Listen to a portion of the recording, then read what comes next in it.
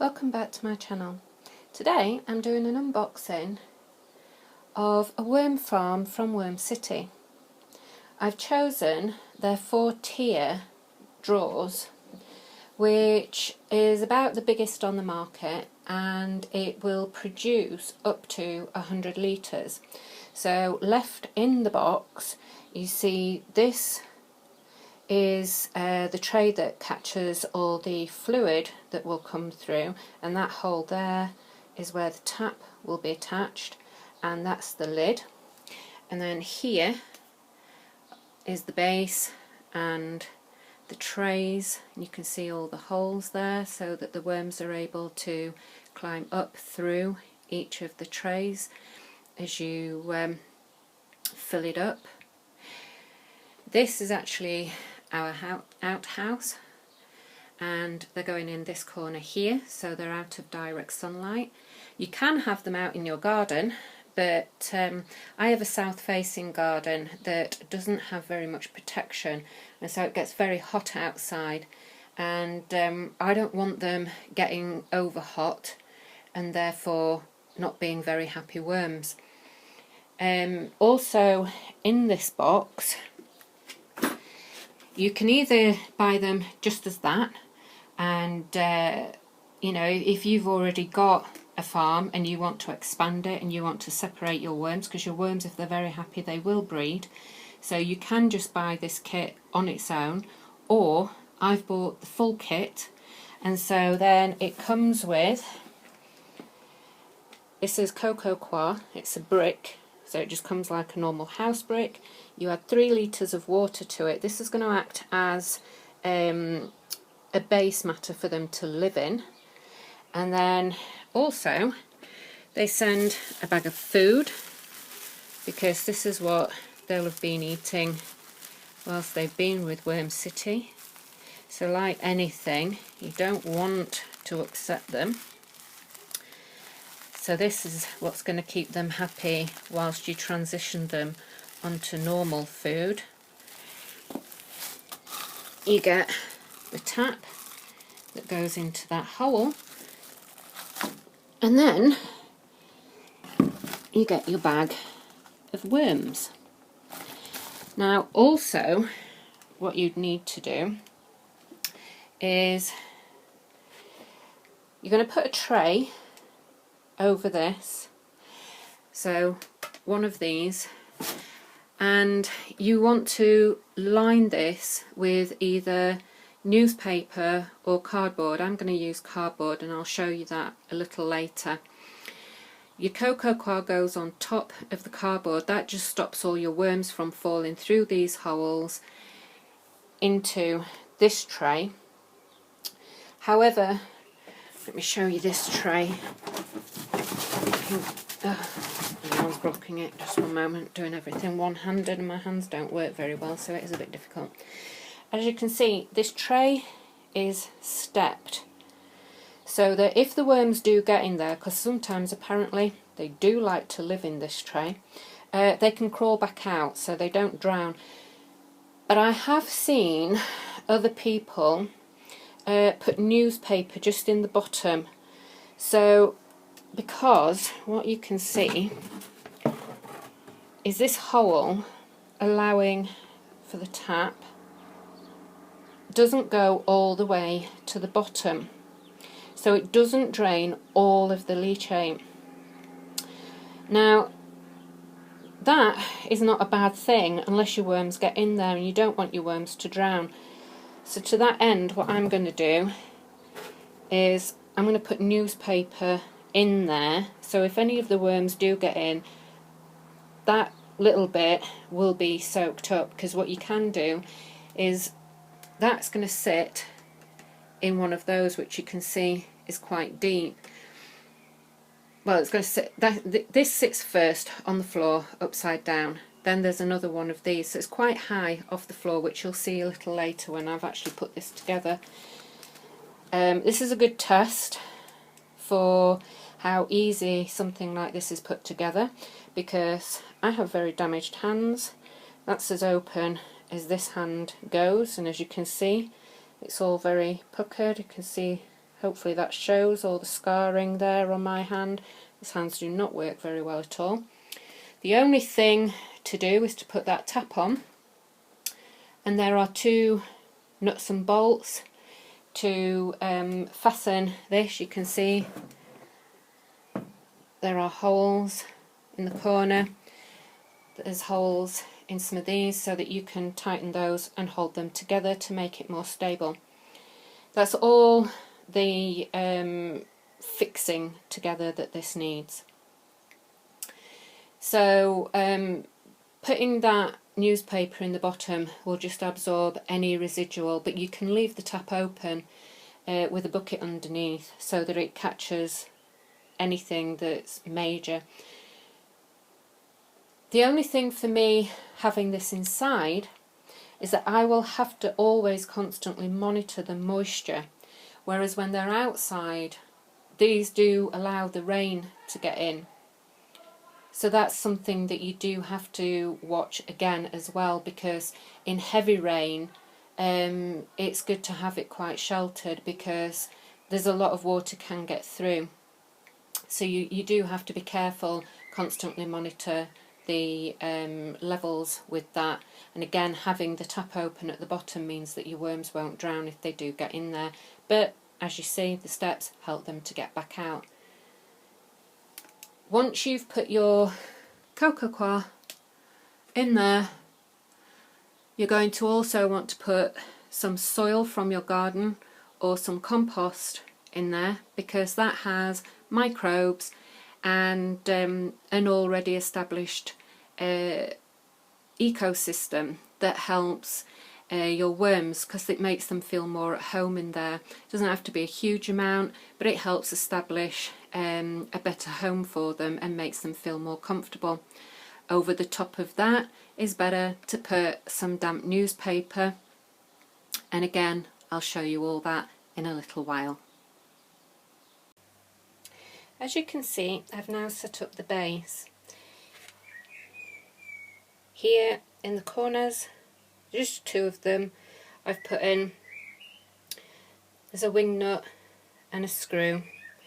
So you just put them through the holes that are already provided in the corners. Now, if you are dexterity challenged like I am, I do suggest having 2 people to hold, one to hold the boxes together and one to do the nuts and wing nuts. It's not that it's a major difficult task, but for myself, with my hands the way that they are, I did find it difficult. These, let me just see if I can show you. Sorry, I'm not got a lot of room in here to do this, and I do struggle with bending down and things. They're not square as in, they do taper slightly, so they don't sit square on the floor and move around, which is what made it difficult for me to do it on my own. But for anyone else, you shouldn't have any problems, because once the wing nut is on, it just flips around really easily, and they only need to be finger tight. It's not like you need any tools or anything. So as you see, the one with the hole goes on top with the other box. This is the tap. So you have a nut and a tap. I'm very amused by their little logo, which has a lovely little worm on it. Now, this again is the bottom to catch all the fluid, and you line the hole up in there like that, so they both are there. And so if I can set this up, I should be able to show you how this works without knocking it over, hopefully. Sorry, I'm not really good at this, but we'll see how this goes. So, there we go.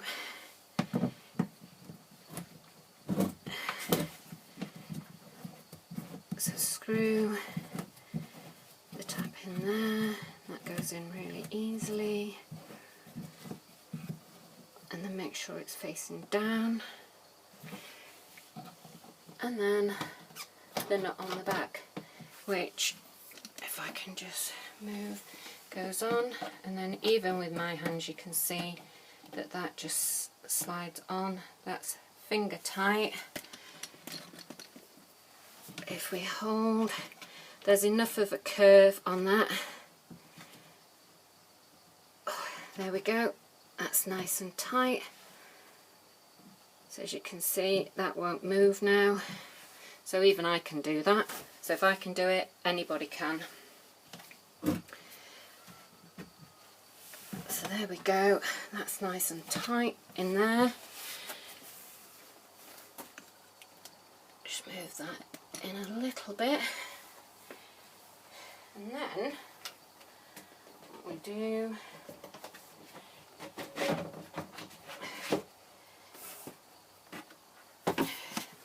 so we're going to pop another tray to sit on top of that one. And there you have it. So in here we're going to line it with cardboard, and I'll come back to you when I've done that to show you the rest. So now you can see that I've added the layer of cardboard, and all I've used is the box that Wormcity sent all of the kit in, and it's ideal because it's quite thick, and as you can see it's even got a double layer where one of the ends was, and that doesn't matter because eventually it's all going to be broken down by the worms, and it just stops all the bedding and the worms falling through in the initial stages whilst they get all this compacted down. So you don't need to do anything else to it, and it's great because the packaging doesn't actually have any major print on it. It's okay with normal ink, but you don't want all the really highly sprayed stuff because they don't like that. It's the same as using newspaper as opposed to the gloss papers. They don't like all the gloss, but they're okay with normal newspaper and print. So I've just put in my cocoa coir, which you can see is now nicely fluffed up. It recommends using 3 litres of warm water, but I've used this before. We tend to use it a lot when sprouting seed, and quite often it can take a lot more than the 3 litres to fluff it up and to be moist enough, and worms do like it quite moist. So what I do is I use 3 litres of quite hot water to get it to break down quite quickly, leave it to cool most of the way, and then I use cold water to cool it off quicker and get it to the moisture level that I need it at. I don't use tap water. If you've got your tap water coming through from a spring, or your water is really good, you've got an inline filter or something like that, you'll probably be okay. But for me, my water's horrid, so I've used bottled water to do this with, so that my worms are happy. Because you know, you could use cooled boiled water, but we've got a lot of chlorine and nonsense in our water, so if I'm not going to drink it out the tap, I'm not going to put it in there for my worms either. So now I'm just going to spread this out just to cool it down the rest of the way. It is still a little warm, and whilst worms are used to the warmth when they're out in the garden and it's a hot day, actually worms will go down deeper to try and get away from the heat. So the last thing that I want to do is upset these worms who have also been travelling. I want them to be happy, because what you can find with these is that the worms will try and escape, and so Wormcity do recommend that you can put this in a great big bin bag for the first couple of nights, so that if any of the worms do escape, you'll catch them and put them back. But what I'm going to do is, because this is inside, I'm actually going to leave the light on in here, which will try and prevent them from escaping, because obviously they don't like being out in the light either. So I'll leave the light on overnight for them, and hopefully that'll help settle them in better. I'm also at this stage, whilst this is still cooling, I'm not going to put my compost in, because obviously that would destroy the microbes that are in there as well. So we're going to leave that to fully cool before we put our worms in, and again we'll be back in a short while. So we're now back, and cocoa coir is completely cooled, so we're ready to put everything else into the worm farm. That includes some of my own compost. This is actually taken off of one of my beds in the garden, because I have semi-raised beds, because the soil here is not good. The actual soil in the area is really good, but in our garden there's imported soil. The soil itself is good, but it's full of brick, glass, kiln burnings, a load of other trash. So my son built me semi-raised beds, and this is the compost that's actually in it, which is full of life, and the worms should love it. There's usually plenty of worm life already in it when I'm planting. So sorry the light's not good in here right now, but there we go. We should be able to just spread that on top, and the worms will move it all around later on. Then we have the bag. I've opened it. This is our worms. So we're just going to tip them out into here. See if we can. There we go. There's our absolute mass of little worms. Hi guys, hope you're going to be very happy in there.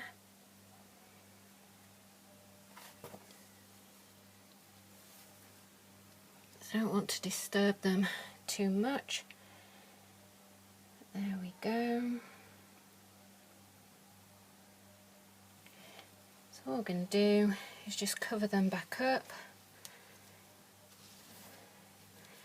We'll let them sort themselves out. And then, like I said before, the bag of food that comes with them. You don't want to give them too much and overfeed. So we just sprinkle over the top.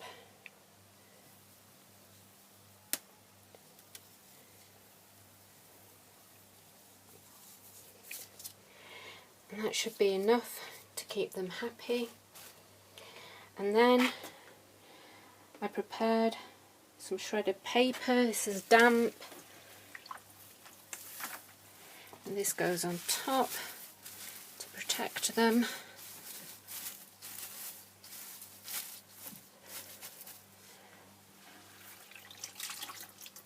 There's some water falling out of the bottom of it.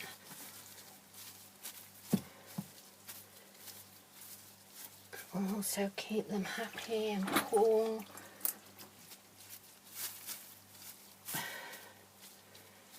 There we go.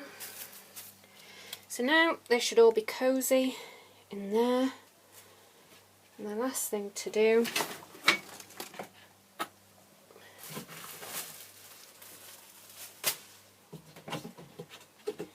is to add the lid.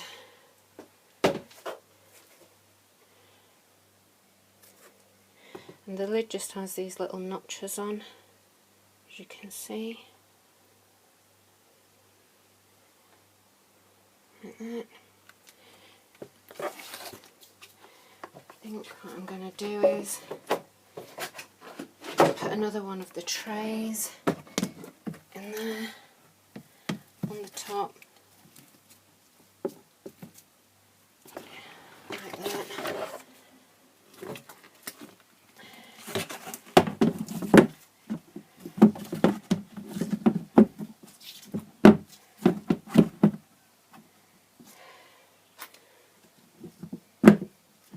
go. Our worm farm is completely set up. So in a few days time, when those worms are settled and they're feeling happy, I have some organic bananas. They don't have to be, it's whatever you've got. Worms like avocados, strawberries, greenery. Apparently what they don't like is they don't like citrus and they don't like the allium family. So I'm going to have separate buckets. I have compost caddy in my kitchen already. I'm going to get another one so that all the rest of my things can go in separate buckets. I save my eggshells and I grind them up ready for when I plant my tomatoes and peppers and things. So I'm already doing that because worms are a bit like chickens and things. They have a system that they need grit to grind up their food, and so having ground up egg is really good. So I'll be adding that as well into their food system. So but what you need to do is make sure that you're not overfeeding them. But once all this is done and one layer is done, you can then add the next shelves in, which I have 2 more here, but we'll see how they get on in the next few days, and I'll update as we go. Thank you for joining me. I hope you liked the video and I hope you come back. Thank you, bye for now.